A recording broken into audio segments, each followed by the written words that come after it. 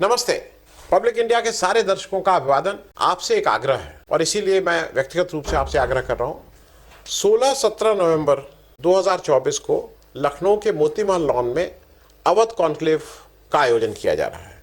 आग्रह यह है कि अवध कॉन्क्लेव को सफलतापूर्वक आयोजन के लिए धन की आवश्यकता है। हम लोग पहले इसको करते रहे हैं, दूसरे नाम से करते रहे हैं, अवध कॉन्क्लेव, लोकमत सम्मान इत्यादि इत्यादि नाम से। लेकिन इस बार अलग अलग विषयों पर डिस्कशन होगा। देश के अपने अपने स्पेशलिस्ट आएंगे और इन सबके लिए मैं एक QR कोड आपको दे रहा हूं। इससे आप ब्रोशर डाउनलोड कर सकते हैं, देख सकते हैं क्या रूपरेखा है।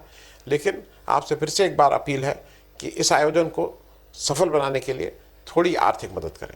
बहुत बहुत धन्यवाद। पाटिल साहब, मुझे एक चीज बताइए। मैं महाराष्ट्र आया, अब कहने को तो दो दल हैं, एक एनडीए है, एक इंडिया गठबंधन है, या महायुति है और महाराष्ट्र विकास अघाड़ी, महाविकास अघाड़ी है। लेकिन ग्राउंड पे ऐसा लग रहा है कि 6 दल लड़ रहे हैं और वो फैक्ट भी है। दूसरा ये है कि इन 6 दल में से किसी दल पे इतने लोग नहीं लड़ रहे हैं कि वो अपने आप वो क्लियर मेजोरिटी ले आए। बीजेपी के 152 कैंडिडेट हैं उसके सिंबल पे, लेकिन अब 152 में 146 या 145 लाना तो इम्पॉसिबल है। आज तक ऐसा हुआ नहीं है।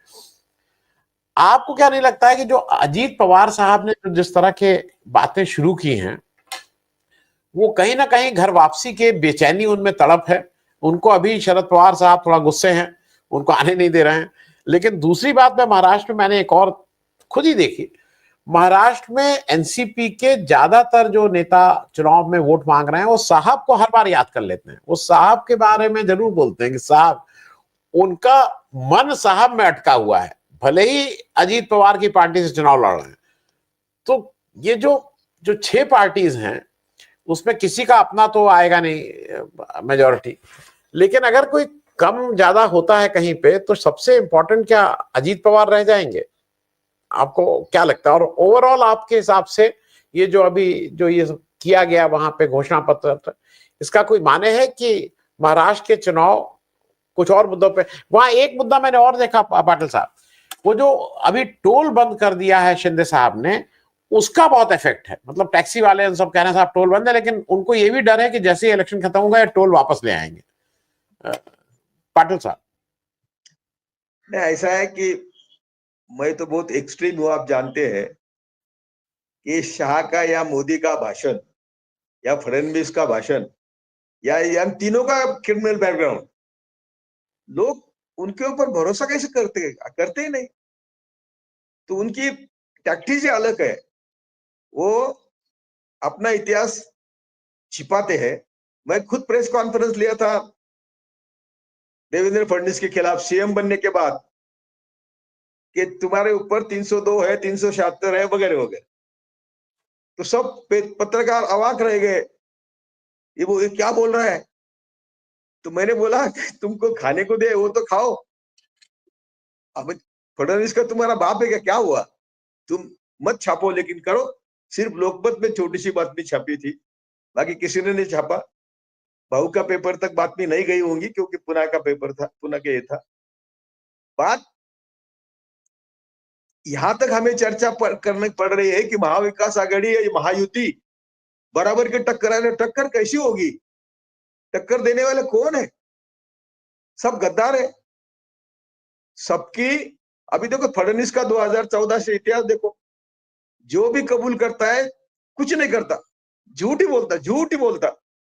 मराठों को आरक्षण दिया 19 में और खुद के लोग आरक्षण के खिलाफ कोर्ट में लगाए, पिटिशन किए और वो आरक्षण रद्द करवाया और बोलते हैं कि मैंने तो आरक्षण दिया था, ये महाविकास आघाड़ी ने डिफेंड नहीं किया।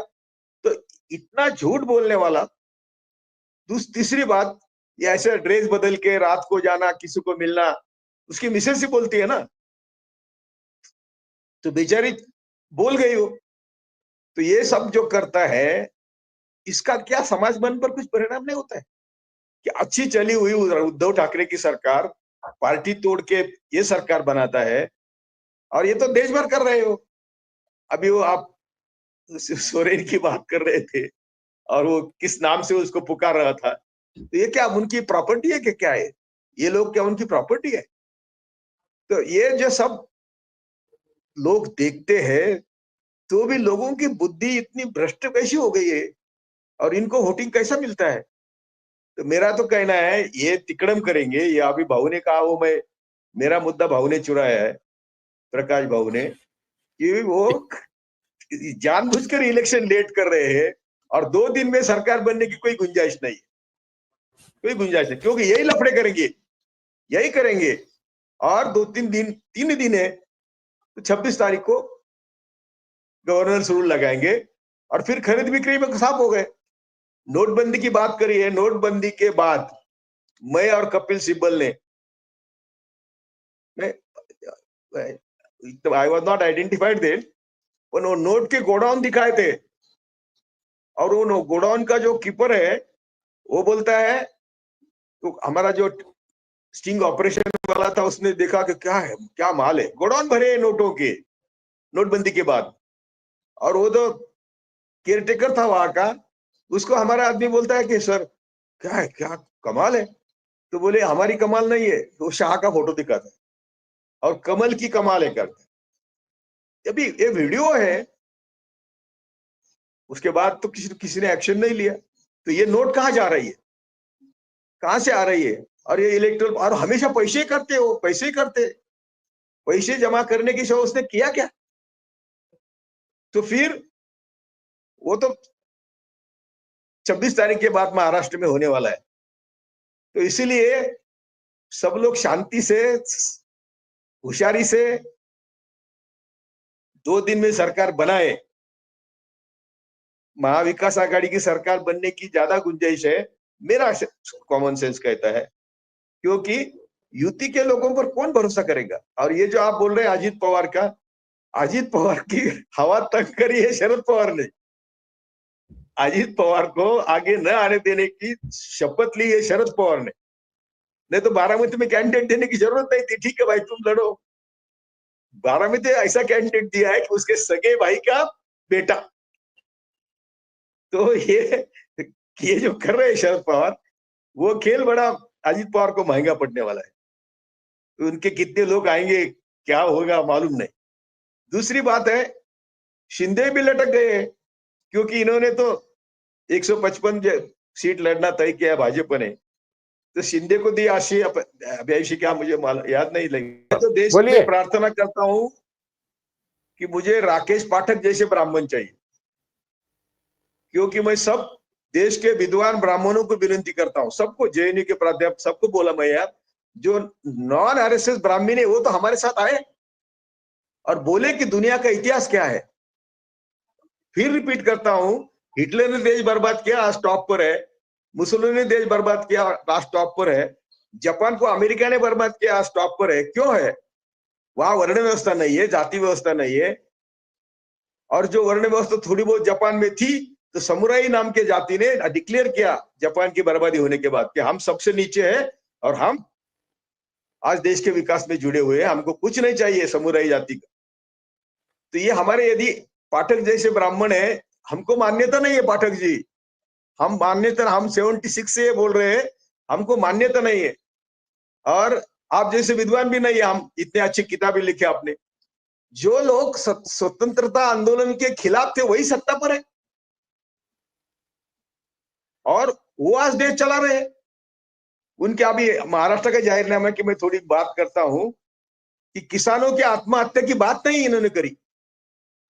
भाऊ तो हमारे किसानों के लीडर है, बात नहीं करी। क्या बात करी है?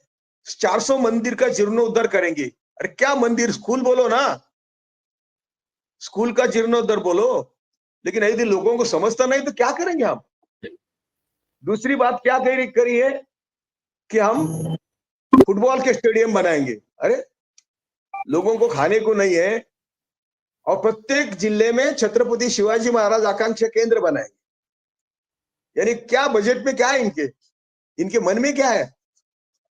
किसान मर रहे हैं, दूध उत्पादक किसान मर रहे हैं, चारों तरफ से हम लोग महंगाई से घिरे और इनकी बात क्या चल रही?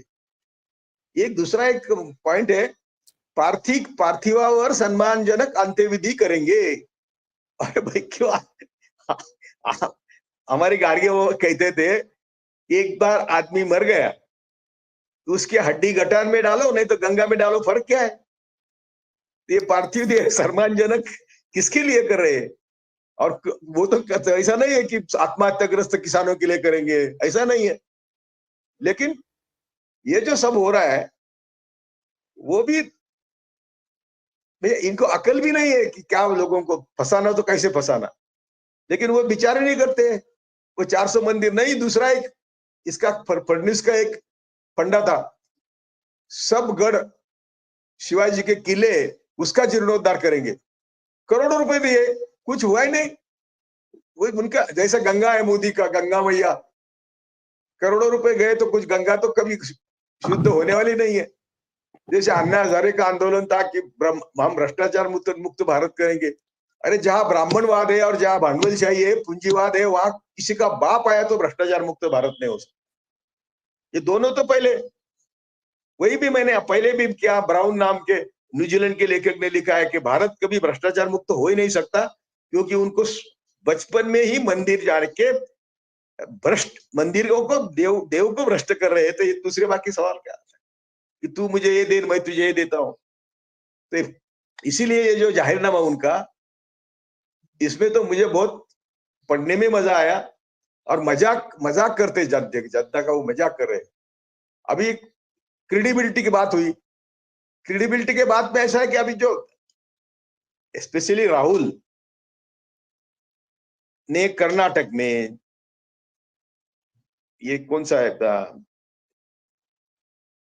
वो दूसरा एक राज्य तेलंगाना में, जो कबूल किया, मध्य इसमें भी, हिमाचल में, सब तो नहीं हुआ होगा लेकिन कुछ तो कबूल किया हुआ है।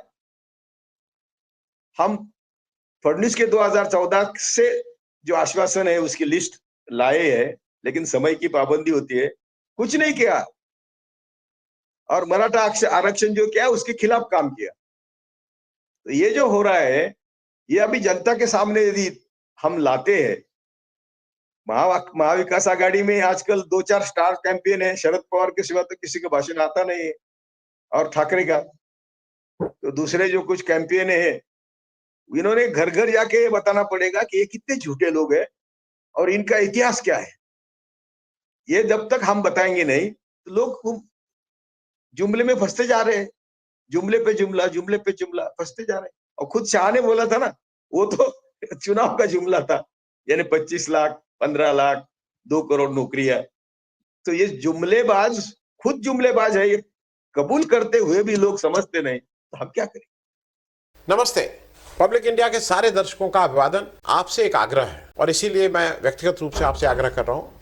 16-17 नवंबर 2024 को लखनऊ के मोती महल लॉन में अवध कॉन्क्लेव का आयोजन किया जा रहा है। आग्रह यह है कि अवध कॉन्क्लेव को सफलतापूर्वक आयोजन के लिए धन की आवश्यकता है। हम लोग पहले इसको करते रहे हैं, दूसरे नाम से करते रहे हैं, अवध कॉन्क्लेव, लोकमत सम्मान इत्यादि इत्यादि नाम से। लेकिन इस बार अलग अलग विषयों पर डिस्कशन होगा, देश के अपने अपने स्पेशलिस्ट आएंगे और इन सबके लिए मैं एक QR कोड आपको दे रहा हूं। इससे आप ब्रोशर डाउनलोड कर सकते हैं, देख सकते हैं क्या रूपरेखा है। लेकिन आपसे फिर से एक बार अपील है कि इस आयोजन को सफल बनाने के लिए थोड़ी आर्थिक मदद करें। बहुत बहुत धन्यवाद।